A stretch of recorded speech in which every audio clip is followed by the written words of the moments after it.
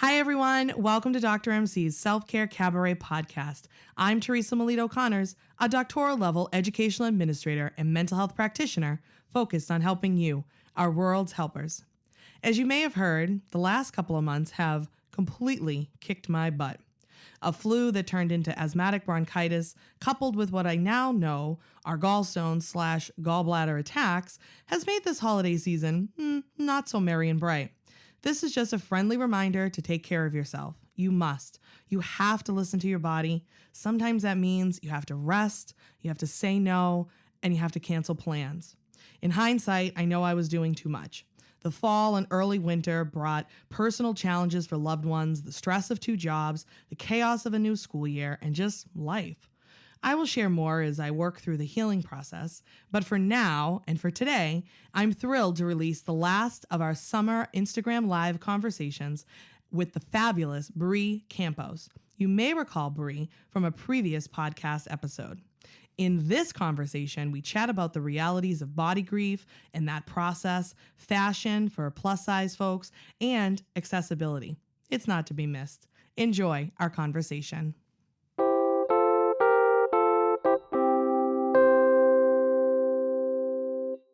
Hi, Bree. Hello! We did it! Oh, my hair is just looking wild. Yeah, I kind of got a little extra side poof here. I'm not really sure what's happening, but you know what they say: the higher the bun, the more that gets done. There you go. Well, I should crush it today. Then it's very high. How are you? It's nice to see you again. It's nice to see you too. Awesome. Have you listened to the episode? It just came out yesterday. Not yet. I'm so excited to hear it. It's good. Well, I mean, because we had the conversation, but we had a great convo. It was a lot of fun. Yeah, I've already gotten some nice feedback from folks. Oh, good. So we've titled the episode "Understanding Body Grief," as you are the body grief queen. Love it. Either by default or by choice or by what, we're not sure, but here we are. No, it is really important, and you know how important your work is to me, as I share in the episode. But I had someone reach out last night and was just like, "Oh my God, I never really knew this was a thing, and now this makes total sense." And I listened to the episode and thank you and thank Bree, and so I just thought that was kind of cool. Oh, so that's why we do this, awesome. Right? Yeah. Amazing. Yeah. So, and I mean, I talked a little bit in the episode how I didn't really know it was a thing either, and then here I was starting my eating disorder recovery and finding my body fighting back with such a vengeance to save me, really, and gaining a ton of weight, and now finding myself in this larger body and feeling really unsure of it and kind of a little scared of it and a little saddened by it and just all these things, and realizing it wasn't until a little bit later where I think I kind of stumbled upon your work or was introduced to you and was like, oh yeah, that's what that was. Right.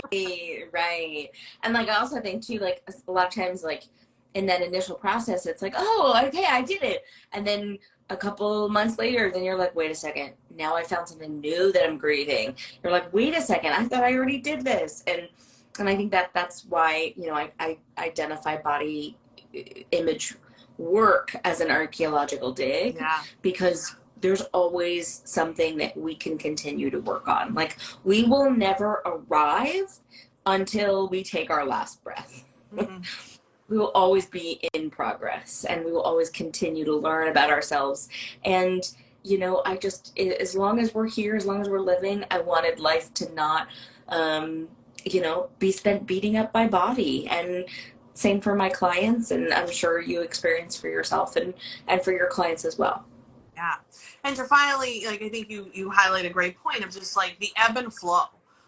You're not just going to be oh, good, now body grief done, checkpoint, and moving right along. You're going to have to continue to work at it. And things may pop up. Maybe you see a photo. I know you've been talking about photos in your stories, which I wanted to talk a little bit about with you, because you got me thinking.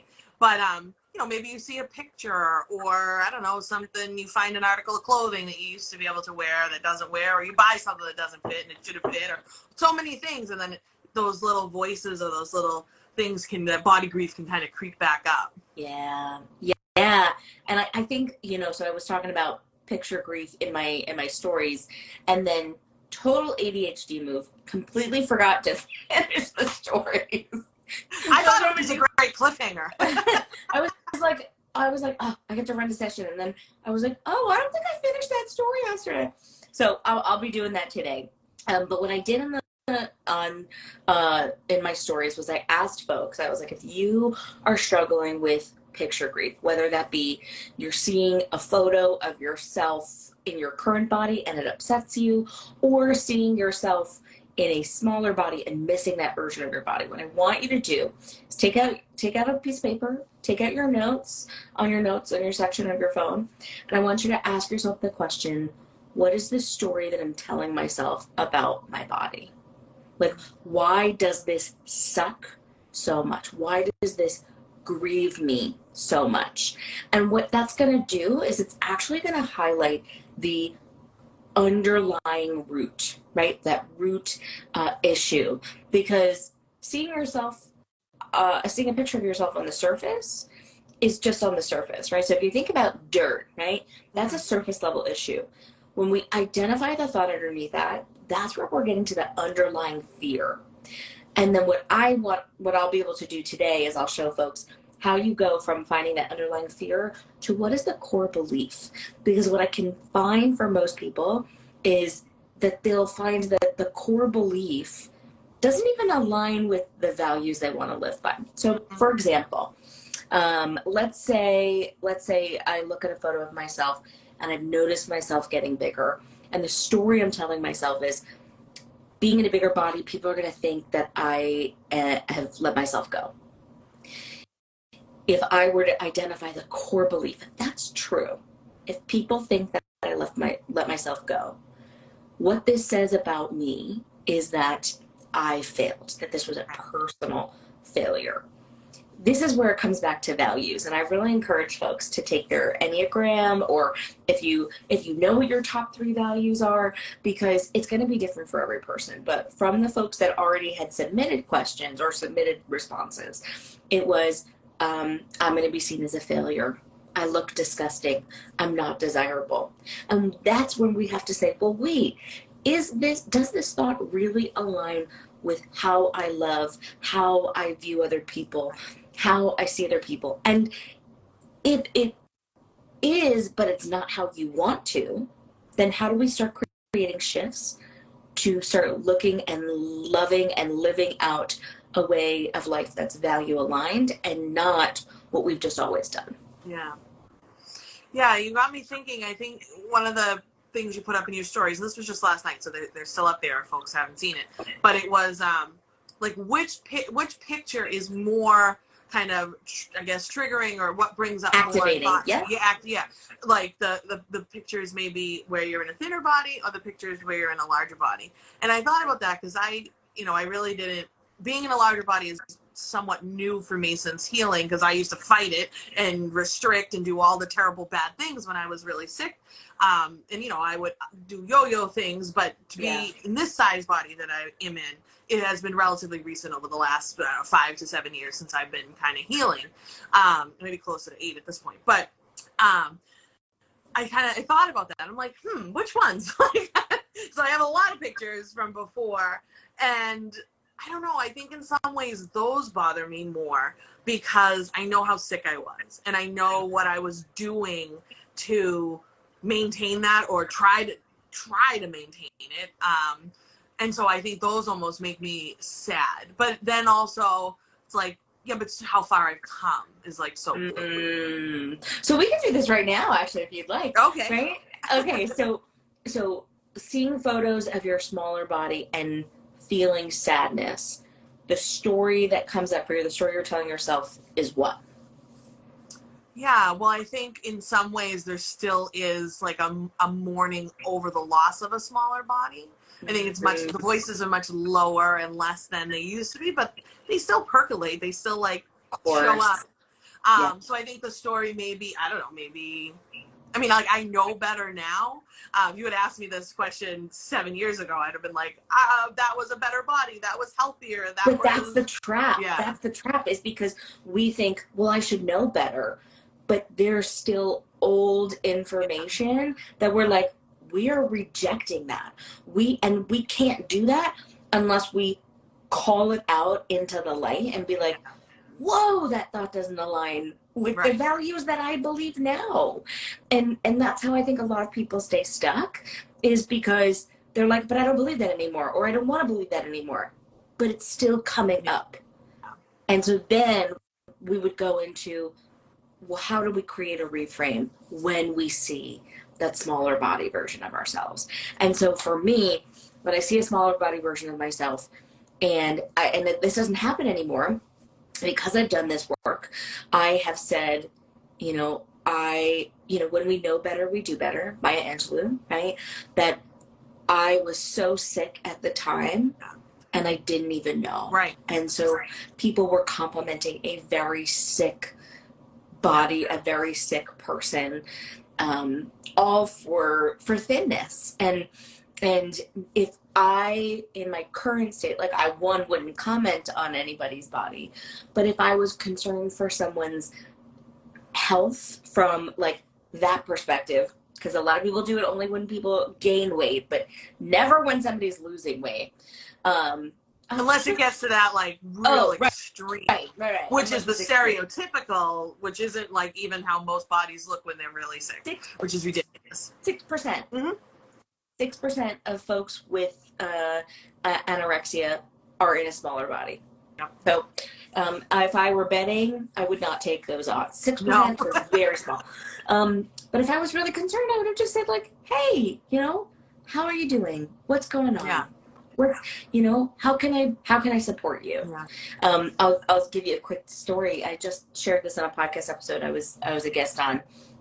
And my dad had gone to the doctor recently, and he had lost some weight arbitrarily. Like, he's been stressed, he's been overworking, we were in the middle of a move, and they were congratulating him. And he was like, they're like, what did you do? And he was like, I didn't eat and I didn't sleep. And they were like, well, anyway, good job. What? It's like at all costs, weight loss is the pinnacle of excellence. It's like, it's just and it kills you. But they lost weight. Oh my God. And, you're sick? Oh, too bad. Can we bottle that though? Because I want more. It's like. Right. I remember coming back from Mexico and had Montezuma's Revenge. Ooh. And I had lost weight, and the doctor was like, great job. And I was like, I'm pretty sure I have a parasite. Yeah. He was like, well, but you still lost weight, so that's great. Right. Who cares? And that's when I was like, hold on a second.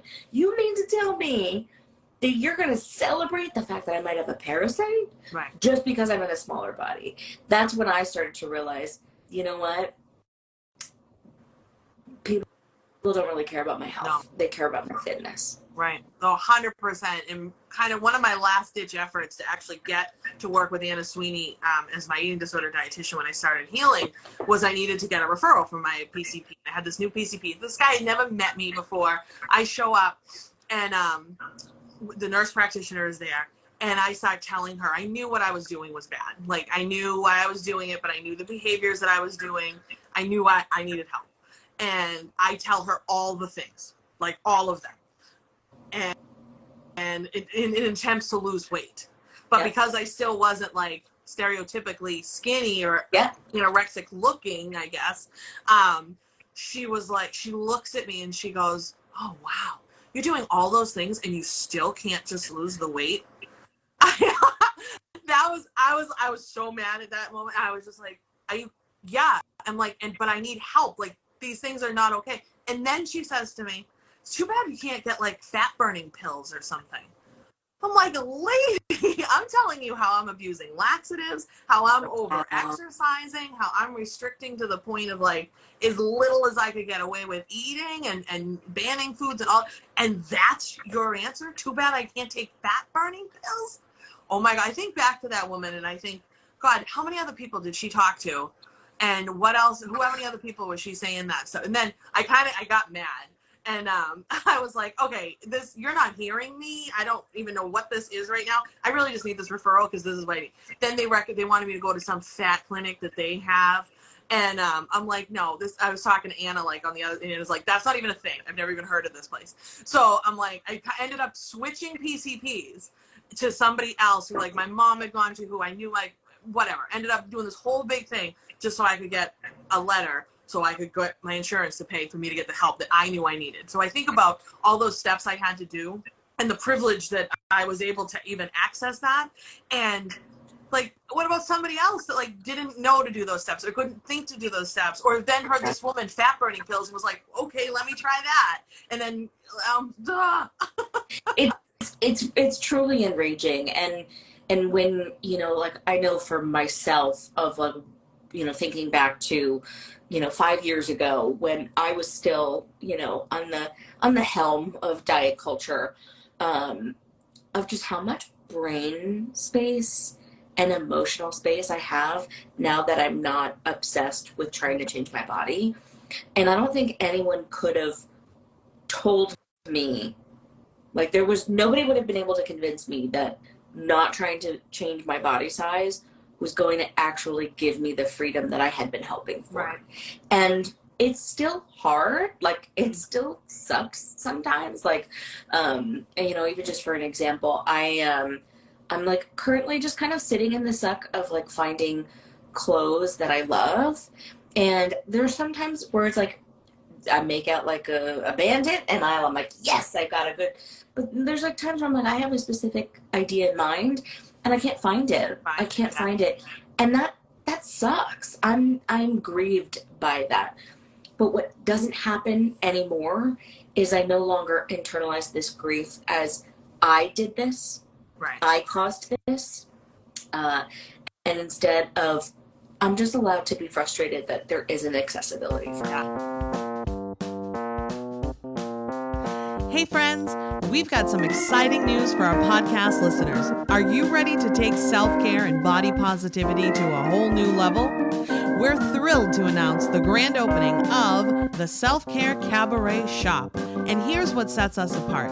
We are proudly size inclusive, and there are no additional fees for extended sizes because every body is beautiful. We've got a fantastic range of self-care and body love merchandise just waiting for you.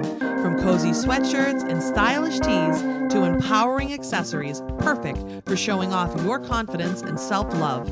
So head on over to drmcselfcare.com/shop and grab your favorite items today. It's time to celebrate you. Cheers.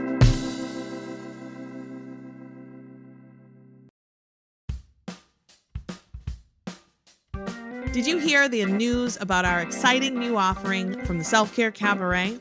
We're calling it Talkback. If you're familiar with the theater space, you may have participated in a talkback before. After a performance, the cast and crew will come back on stage to chat with the audience and answer questions. Think of it as a casual guided discussion. Inspired by this and by popular interest, we've come up with a talkback for the Self-Care Cabaret podcast. Groups will listen to a podcast episode or two of their choosing, then I'll come and lead your discussion either in person or virtually of those episodes, expanding on the big ideas. It's a great option for groups looking for short, impactful professional development, or smaller teams looking to get an introduction to self-care and well-being. We have done a few of these so far, and let me say, they have been so much fun. So if you're interested in bringing a talkback to your group or organization, email podcast@drmcselfcare.com. And now, on with the show. Yeah, for sure. And it's not like, it's so far, like things just end up being a little bit harder for us in larger bodies. You know, like we have to think about things. Like I was just talking to my cousin and she wants to buy this retro table and chair set. And I have a really like heavy duty, beautiful one. Yeah. And she's like, oh, I don't know if I need that one. And I'm like, the reason I bought that one and had to spend probably more money is because I needed to make sure it was like restaurant quality, heavy duty, and not something that I was going to sit on and is going to buckle underneath me. My cousin is a very petite person. That's not necessarily something she even has to think about. Right. So like just stuff like that, or even, you know, mentioning clothes. I'm in a wedding coming up in a couple of weeks, which is awesome. I'm so excited to be part of this wedding and my friend and like, yay. And luckily she's letting us pick our own black dresses, which is great. Amazing. But, which is what I did for my girls also, but because I was like, I'm not going to torture anyone. So I'm glad that she's not so nice. So, you know, I find the first dress, this dress that I like loved, and I'm like, oh, this is got to be the dress. doesn't fit, doesn't quite zip. I'm like, all right, well, maybe my mom can do something to it. Maybe she can let it out. I don't know. Maybe we can get a second one and put a panel. I don't know. What can we do? So I had like this whole thing concocted because I wanted it to be this dress. Then I bought a second dress. And the second dress is cute, fits me beautifully, but it's a little, I don't know, maybe a little too matronly than what I want something a little maybe sexier. Yeah. So I wasn't happy with the second dress. Then I bring my mom the first dress and I'm like, all right, what do you think? Can we do any of this? And she's like, I don't know, honey. She's like, it might not fit right. I don't know if I don't know. She's like, let's look for something else. So finally, I'm like, but at first, with that first dress, like I had this idea, like this had to be the dress, right? Yeah. I was like, I started to feel those things coming back. Like, if I could, how many weeks do I have? Do I want to lose a little weight? Could I drop a few pounds? And then I was like, whoa. So all of a sudden, like, record scratch. And I was like, F that dress. That dress don't fit me. And it's so easy how that thought can just like whoop, pop right in. I'll never forget at the start of the pandemic, I was like sitting in my chair, and I guess I didn't really sit there very often, and I kept feeling the arms of my chair on my body, and the thought that like, the runaway thought that went through my brain was like, maybe it's because I switched to like flavored creamer instead of creamer, and I was like, whoa. Where did that thought come from? That's why building awareness around your thoughts is so essential, because before that thought would have been like, oh my God, I switched to flavored creamer and I need to go cut back on that. And then this will fix it. And then maybe what would happen is my body size would change, but not because of the flavored creamer or because I switched. It because I would become obsessive about it. And so when we can catch thoughts and be like, whoa, that is not a thought I align with anymore. It can help us to take that thought and throw it in the trash where it belongs. 100%. I'm also in a couple of weddings, and I just wanted to mention Azazi is a great place for people of all size. They have an option for you to make a custom dress with your. Say the name again. Azazi. Oh, cool. Yeah. I'm not familiar with them. Yeah, and so I actually have a wedding in August, and I put my measurements in, and they can pick any dress and make you a custom dress. So that's awesome. Yeah. And if you fit in their measurements, you can like pick 3, and then they can send them back to you. Like you can pick which one you want best. I wasn't confident that I would fit in them because the sizing are off. So I was like, I'm just gonna buy a custom dress. And I don't think that they charged me any extra for the custom dress, if I'm recalling. So it's awesome. Yeah, I would definitely recommend it. That is awesome. I ended up finding another one because then, of course, my mom was on it. And we're like scouring the internet. And I ended up finding a dress at Macy's. Though funny, I ended up buying 2. Same brand, same size, just 2 different styles. One had a cowl neck and one had more of a V-neck. V-neck one comes and it's beautiful. It's very fitted. It's a little sexy. Love that. I feel like, so I'll throw a little shawl on it, some little black pumps. We're good to go. So then I get the second one though with the cowl neck, same brand, same size. That one like doesn't even go on. I'm like, you know what? I give up. And that's the thing. Is like if you look at my closet, I have a span of like 4 different sizes because it depends on the brand, it depends on the fabric and the material. 100%. And so yeah, it's all fake. Yeah, it doesn't mean anything. It doesn't mean anything. It's like shoe sizes, right? If you don't get upset that like maybe you have like shoes that are like one size, like this is my size, but sometimes I'll size up, sometimes I'll size down, depending on what I'm going for. If there isn't a narrative around that, then we need to figure out why there is a narrative around clothes sizes. Yeah, no, it stinks. And you even mentioned chairs. You mentioned early on the pandemic in a chair. I just bought this adorable pink chair that I'm on here. Yeah. You should have seen me. I'm like running around my house because like it's telling you the seat size. So I'm checking like other chairs in my house, measuring like, well, I'm comfortable in this chair. What's the seat size? Right. I'm emailing them like, what's your weight capacity on this chair? It wasn't listed. And like, I think when I got the chair, I was like, of course, you're still like, uh-oh. And like, I sat and I'm like, oh, I'm comfortable. Yay! okay? And I'm like, Oh, that's so good. my mom's like, you fit in it like it's good. I'm like, I do. It's wicked comfortable. So I'm like, thanks. I think that's But the like, things that people don't realize that, like, especially being an ultra body. So like this chair in one of I actually bought this in person. I was at Home Goods and I fell in love. And like I always do like this, I'm like, all right, this might not work. And I sat and I was like, oh, it supports me. I'm so happy. And then the chair that I'm sitting in is an office chair. I'll have to send you a link. I think it's called Safco, SAFCO. I bought it on Amazon. It is weight supportive, and I'm a shorty, so obviously that's why there's so much room behind me to put my feet on the ground. But it has no arms. I enjoy it very much, and I feel like, especially for those of us that work on the computer, having a good supportive chair is helpful. Yeah, I can use a different office chair on the other side of the room. I don't think it's gonna. I fit in it. It's fine, but like I don't think it's the greatest. Like after a while, like, my knees and my butt are kind of sore. Right. Well, and that's the other thing, is I just, like normalizing for folks. You can have the comfiest, most supportive chair. If you're sitting for more than a couple of hours at a time, your body's gonna be sore. And it's not the chair's fault, and it's not your body's fault.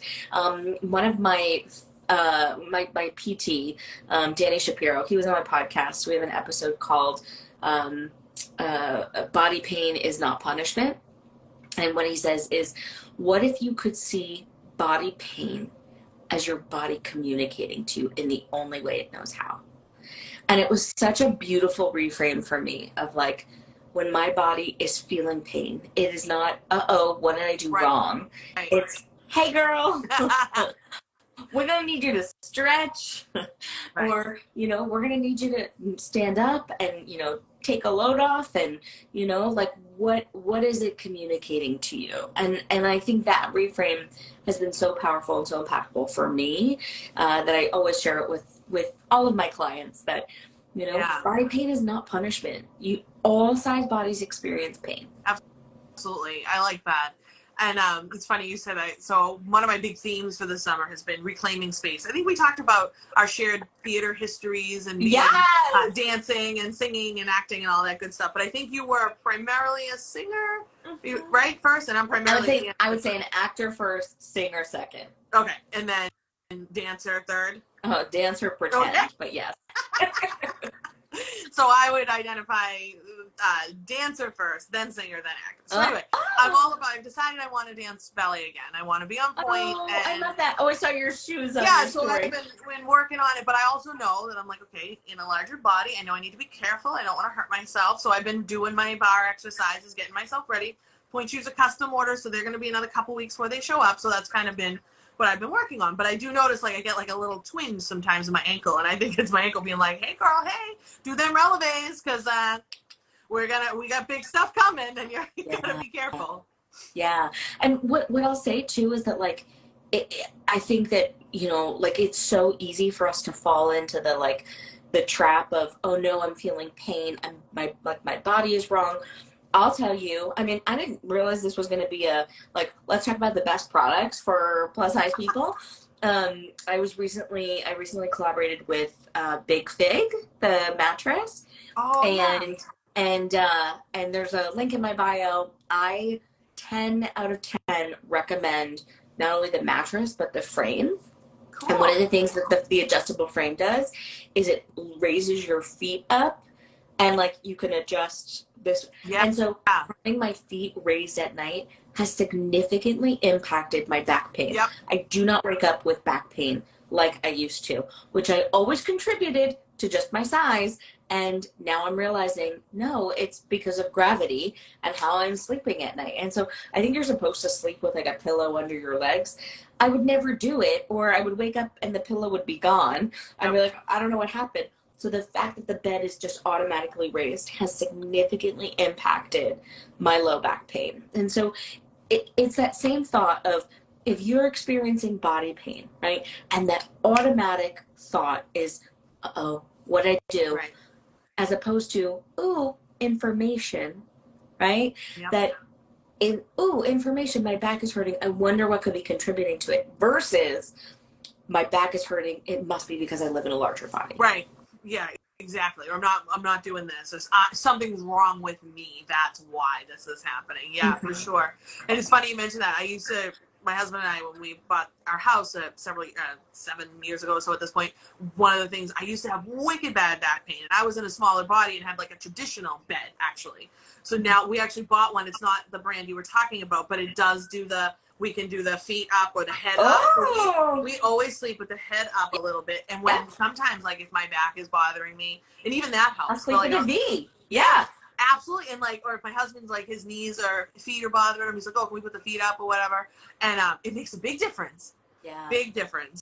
And I remember, like, I don't know if you ever did, like, you know, I worked at Starbucks many years ago. I worked at Starbucks. Did we talk about this? I worked at actually Barnes and Noble. Oh my goodness. And so, like, after a shift, I worked at Barnes and Noble in like the Barnes and Noble serving Starbucks.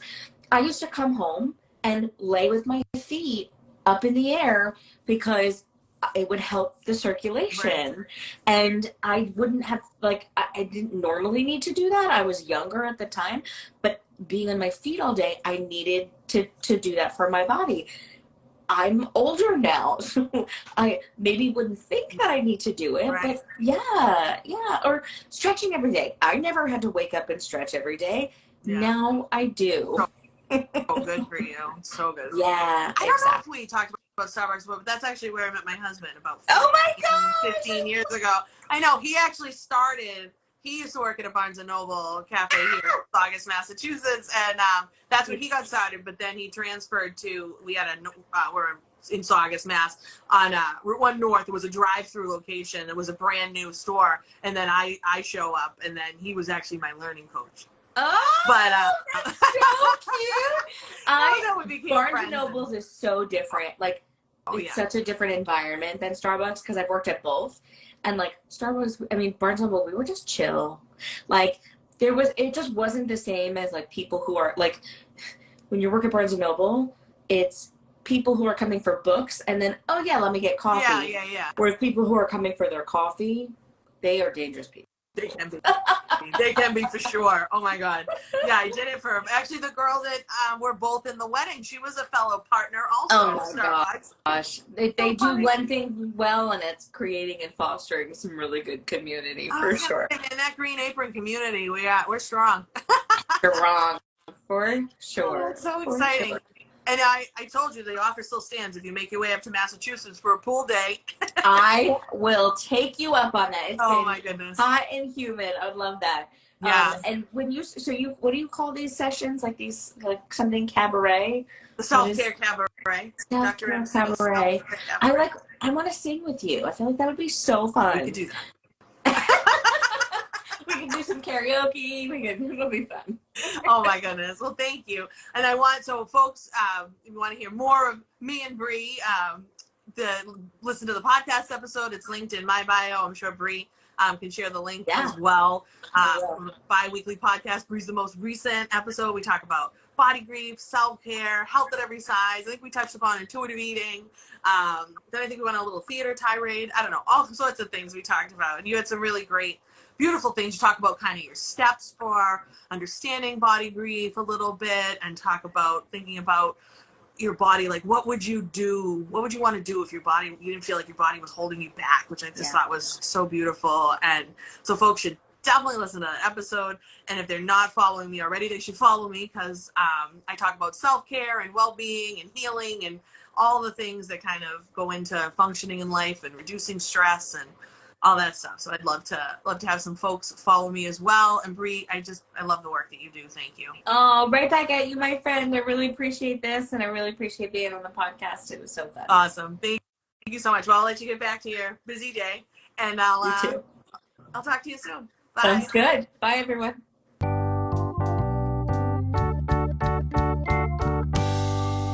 Thanks so much for listening to this special podcast episode from our summer Instagram Live series. I hope you're feeling more energized and empowered. We regularly go live on Instagram to chat with other experts and amplify voices. So be sure to follow along at Dr. MC Self-Care. That's DRMC Self-Care. Also, in case you missed it, we've been hosting virtual pop-up 30-minute dance parties called Dance Break with Dr. MC, Joyful Movement for All Bodies. A participant described these classes as the best kept secret in fitness. So what are you waiting for?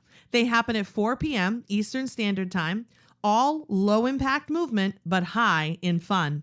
All bodies and abilities are welcome. There is a warm up and a cool down. Modifications are provided, and it is free to join. Donations are accepted. So head on over to my Instagram bio to register or check out the link in the episode notes. Thanks again. Stay well and do good.